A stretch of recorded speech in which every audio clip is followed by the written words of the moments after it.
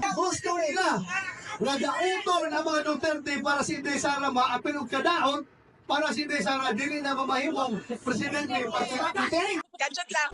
Si Kian de los Santos, napatay ng pulis, convicted ng pulis, siya ang presidente. Nasaan ang pangako? Gagawin ba ng mga pulis yun kung walang utos? Come on. Kung manalo si Inday pagka-presidente, saan ito pulutin itong mga ito? May.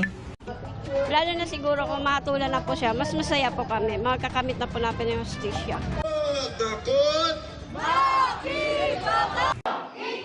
Ikulong! Ikulong!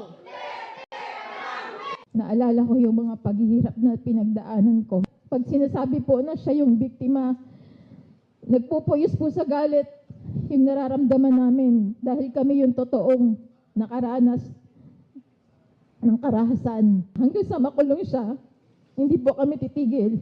Na si Duterte lang po yung mananagot. Dapat po lahat po ng mga kasangkot po ni Duterte. Buti po si Duterte, may due process. Yung mga anak ko na pinas lang, yung anak ko, wala pong due process. Umiiyak po ako dahil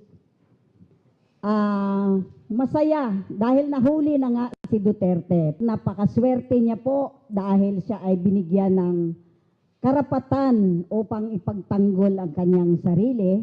Ngunit sa amin pong mga mahihirap na mga biktima, wala pong binigay na ganong karapatan. Huwag ka na mag-inarte, Pangulo, kasi lahat ng pinatay mo, hindi na mabubuhay, hindi na maibibigay ng magandang kinabukasan ng kanilang mga anak na iniwan nila. Kung ano man yung nararanasan mo ngayon na hirap na sinasabi ng mga anak mo, naranasan din namin yan. Mas higit. Sa ngayon ito, kailangan ng kaluluwa mo na magbago. Kailangan na huwag ka nang magpanggap na hindi ka gumawa ng kasalanan. Ang laki ng kasalanan mo. Hindi lang sa tao, kundi sa Panginoong Diyos.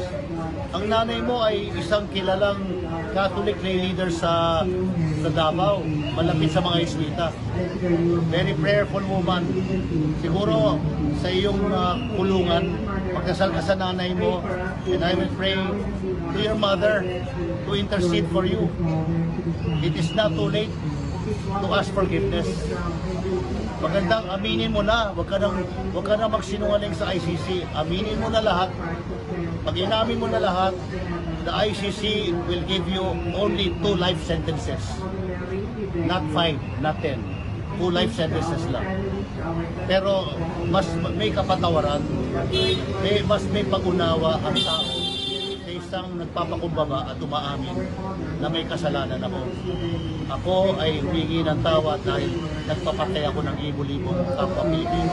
Ganun po gawin nyo. Maraming salamat. Ngayon, nagpasalamat ako nga nahuli na si Duterte. Sana mamatay siya. Di ko matakot kung iyaming barilin dito. Talaban ko talaga, ipaglaban ko talaga ni ako manugang. Yun lang ang akong paan sa kanya. Okay na sa akin. Well, nothing to lose na ako. Nothing to lose. Absolutely nothing.